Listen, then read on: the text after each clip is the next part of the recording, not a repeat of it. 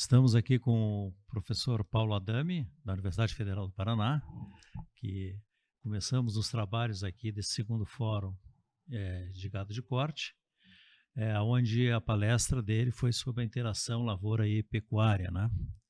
Seja bem-vindo, professor. Já começando, já parabenizando pelos assuntos abordados aqui, e é uma honra em termos aqui o senhor aqui para nos repassar esse conhecimento aí para toda a nossa região. Olhando assim a sua palestra, em alguns pontos assim a destacar, eu gostaria então que nessa nossa conversa aqui nós conseguíssemos abordar alguns pontos chaves que eu acredito que está dentro da nossa região, e principalmente um dos primeiros pontos que o senhor falou, a parte cultural, né? A parte cultural para a produção de bovinos de carnes também, a parte de adubação. Então a gente gostaria de descrever algumas coisas assim, o senhor resumisse um pouquinho dos pontos fortes, né? Os pontos principais aí dessa abordagem que tivemos aqui hoje. Legal, Antônio, obrigado pelo convite, a satisfação está aqui, o Nucleovet está de parabéns pela organização do evento, surpreendente, mais de 1.000 pessoas aqui praticamente no auditório, um evento de relevância para o oeste do estado, para o estado de Santa Catarina. Então, enquanto servidor público, também é um privilégio para mim, né, estar aqui conversando com vocês e apresentando alguns resultados de pesquisa que, na verdade, não são minhas, né? É um grupo todo de pesquisa aí da UTFPR, professor Brugnara, né, professora Tangriani. Então, a gente vem trazendo alguns conceitos assim para evoluir, né, em termos de potencial produtivo. E acho que um conceito assim que a gente gosta de enfatizar é a adubação de sistemas. Quer dizer, eu estou pensando em aportar fósforo, potássio no inverno para maximizar a produção de forragem, porque não é só nitrogênio, é fósforo, potássio. E aí, à medida que eu faço isso, eu estou produzindo mais soja, mais milho no verão.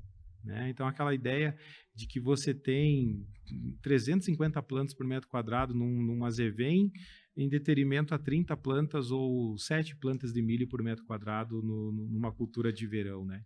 E, consequentemente, mais leite e mais carne também, né? Exatamente. Então, é uma virada de chave no sistema produtivo, essa estratégia de manejo. A partir do momento que o produtor faz isso, ele começa a ter mais renda no inverno, começa a produzir mais milho, mais soja no verão, e é uma mudança conceitual, é uma mudança cultural. Porque, historicamente, a gente vem fazendo aí um manejo, um aporte nutricional, mas hoje, com essa estratégia de antecipar o adubo da soja para o inverno, o sistema como um todo está mais equilibrado e o potencial produtivo tem sido superior. Nós temos aqui 2 gargalos nas nossas propriedades aqui. Uhum. Que o primeiro é o tamanho, né, a área, né, que é destinada para as culturas e para a produção, e o outro gargalo nosso é mão de obra. E pelo que eu vejo nesse sistema aí, nós estamos otimizando, né, essas duas, tanto a mão de obra quanto também a área disponibilizada. Perfeito.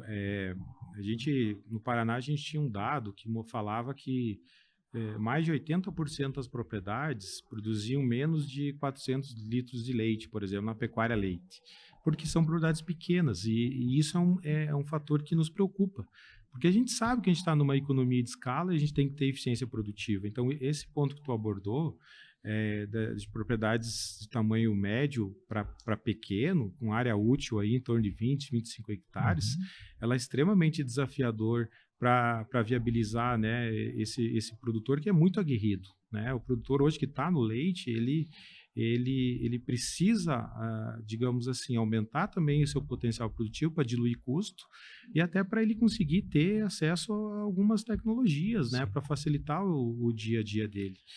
E algumas dessas propriedades têm olhado, talvez, aí para a pecuária de corte como uma opção de transição também para uma questão de mão de obra. Né? A gente fala, né, o leite dá certo. Nós estamos na maior bacia leiteira do Brasil. O leite dá certo na nossa região, justamente porque quem faz a atividade é a família. Né? E tem que ter amor com o negócio. O leite é uma atividade que exige muito da pessoa, e precisa, além da questão econômica, precisa ter amor pelo que está fazendo para ele conseguir se manter otimista no sistema de produção. Né? Santa Catarina ela depende de carne de outros estados, né? Nós não produzimos o suficiente para o nosso consumo aqui, né? Então a gente está vendo que está começando novos projetos na área de corte aí, empresas interessadas em fazer, e isso é uma coisa que eu acredito que vai evoluir. Nós temos ainda um rebanho aqui muito misto, mas um conselho seu assim no início de um projeto um pouco maior, o que nós deveríamos focar nessa parte, principalmente de raça, principalmente de pastagem? Eu acho que é fundamental, né? Sim. A produção a pasto, porque ainda é a produção mais barata ainda que se tem, né? Exato. A gente vê no estado uma grande parte do território de Santa Catarina numa condição de clima CFB, né? Que ele é um clima mais desafiador para cereais de inverno, seja trigo ou cevada mesmo. Algumas regiões são referência, Campos Novos, né, aqui e tal, mas assim, a gente tem observado também um aumento da pecuária de corte, uma intensificação na produção da pecuária de corte. Então, a gente tem a lavoura de pasto, né? O que é a lavoura de pasto? O produtor está pegando 10% da sua área de soja, está plantando uma espécie perene, está maximizando o potencial produtivo e, inclusive, está conservando forragem no período de sobra para se manter, né, produtivo no ano todo. Então, a gente vê áreas aí, pegar Água Doce, Divisa Palmas, muitas regiões de clima CFB, hoje produzindo mais de 2.000 quilos de peso vivo por hectare ano. Então, é uma pecuária que é rentável, ela é intensiva, ela viabiliza, mesmo em áreas menores, ela viabiliza o sistema de produção. Então, a gente está falando de sair de 200 quilos de ganho para 2.000 quilos de ganho. E isso basicamente passa pelo quê? Passa por ajuste de fertilidade de solo e estabelecimento de uma pastagem perene, né? Então, é uma mudança gigantesca, assim, no sistema de produção. O senhor falou num conceito aí de lavouras de pastagem, né? Eu acho que é interessante, né? Embora para isso nós temos que mudar alguns conceitos, né? Como o senhor falou agora em adubação, principalmente também a parte de sementes, né?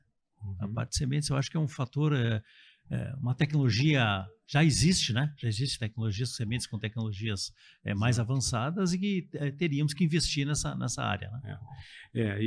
Eu acho que aquilo que eu falo, né? O produtor hoje vai comprar um híbrido de milho, ele sabe, ele entende a importância de escolher um híbrido de ponta e ele paga lá seus R$1.500, R$1.600 uma saquinha de semente de milho.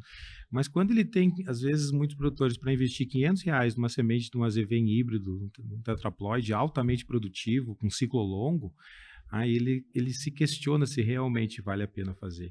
Principalmente naqueles modelos onde tem o arrendatário, né? O produtor usa o inverno, arrenda o verão, então são sistemas mais desafiadores um pouco. Mas essa é uma outra virada de chave que a gente precisa adotar para conseguir altos tetos produtivos. A gente também precisa entender que a gente precisa trabalhar com azevens melhorados, aí, mais produtivos, né? Quer dizer, 5, 6 mil quilos de massa seca não chega a 50% do que eu posso produzir num azevém desses. Então, se eu produzir 10, 12 toneladas, automaticamente eu estou dobrando o meu potencial de produção por área, né? Como o senhor vê essa tendência aqui que está surgindo de se utilizar mesclas de sementes, né, usar gramíneas e leguminosas num único plantio, né, praticamente, vamos dizer assim, num único plantio, a fim de ter uma pastagem melhorada? Legal. A gente antigamente falava, espécies leguminosas são mais exigentes, é difícil estabelecer, se bem que em algumas regiões do estado a condição de ambiente é tão boa que o trevo acaba perenizando, se tornando praga, né? Então eu vejo que rodando algumas regiões, por exemplo, Guarapuava, o produtor hoje ele faz mescla de azevém e ervilhaca, pensando em pastejo mesmo, né? Uma mescla simples, barata de ser feita.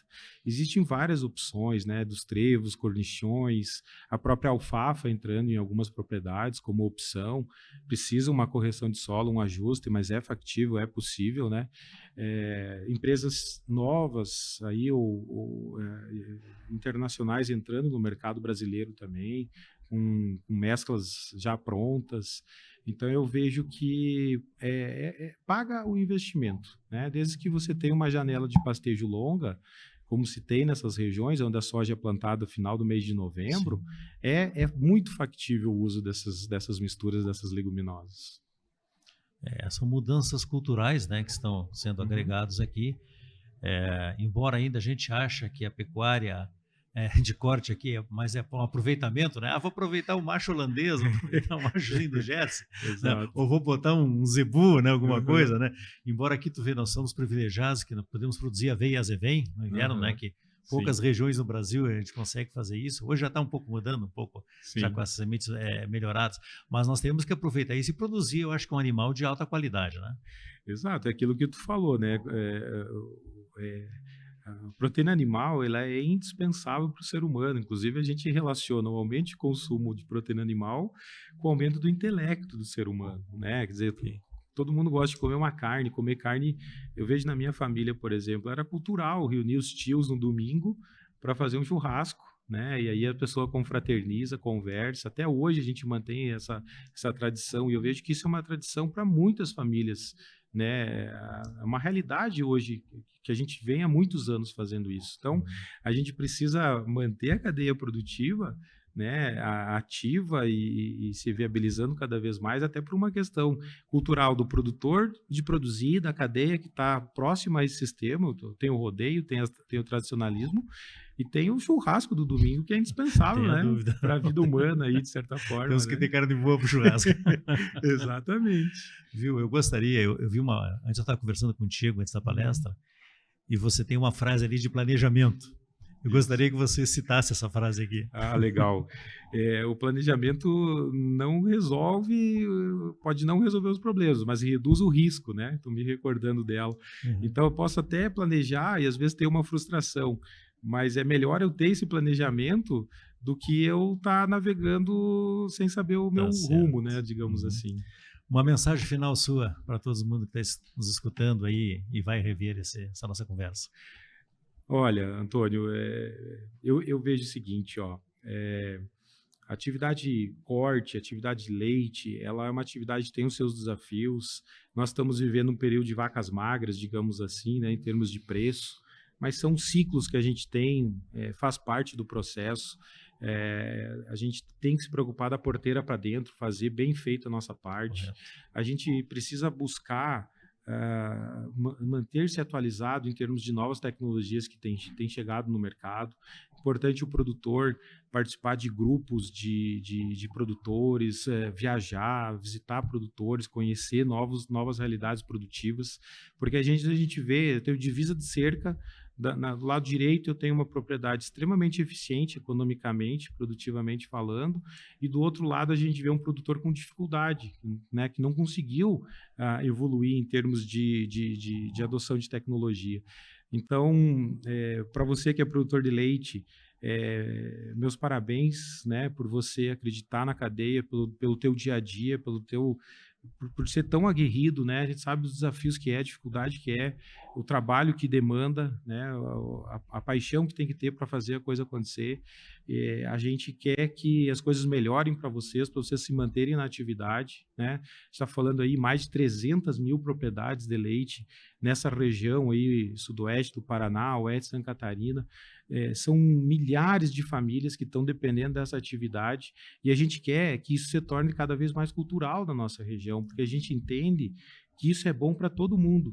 Isso é bom para o produtor, isso é bom, melhor ainda, para a sociedade que demanda desse produto, e para o Estado, né, que é muito mais viável para ele manter essa propriedade, esse produtor, né, fazendo o seu trabalho, do que, de repente, ele ter que abandonar a atividade e buscar algo a mais na cidade e gerar alguns problemas aí sociais que a gente tem observado. Eu acho que a palavra certa é rentabilidade. Eu acho que aí o corte entra, né? Soma junto com a agricultura, junto com o próprio leite, né? São atividades que o produtor ele vai ter que fazer por isso. Isso aí. Professor Paulo, nosso agradecimento em nome do Núcleo VET aqui, né? Foi brilhante a sua explanação ali. Eu acredito que veio acrescentar muito e queremos contar com o senhor mais vezes. Vai ser uma satisfação, um prazer estar aqui, uma alegria, conhecendo pessoas boas, e a ideia é contribuir para o setor para que a gente cresça juntos. Muito obrigado. Obrigado.